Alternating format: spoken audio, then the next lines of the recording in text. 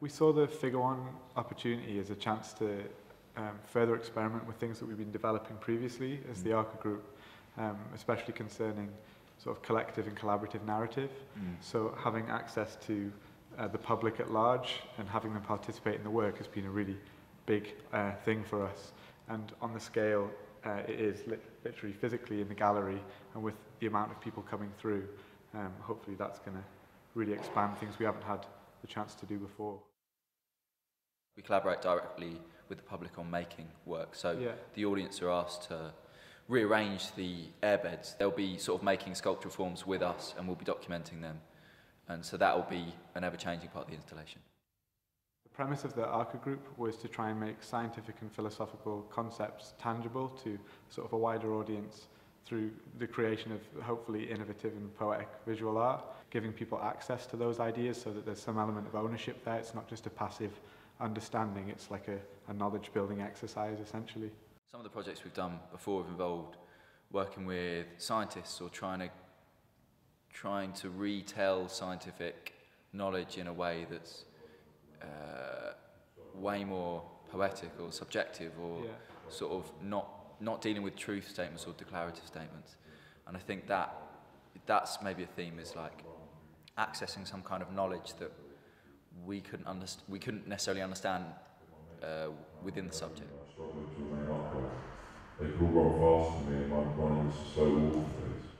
With the darkened space in general, and these the mattresses, which is essentially just a really accessible large volume that you can play with. You know, the physical consequences aren't that bad.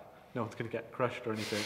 So for us, the interaction thing is really exciting, especially at the point where someone has their sort of coded way they walk into a gallery and look at something, and then at which point we intervene and say, oh no, you can do whatever you want with this. You know, you can make it into something. So I think giving people the opportunity to interact physically with something in the gallery environment and create something within that context is hopefully an exciting thing for them.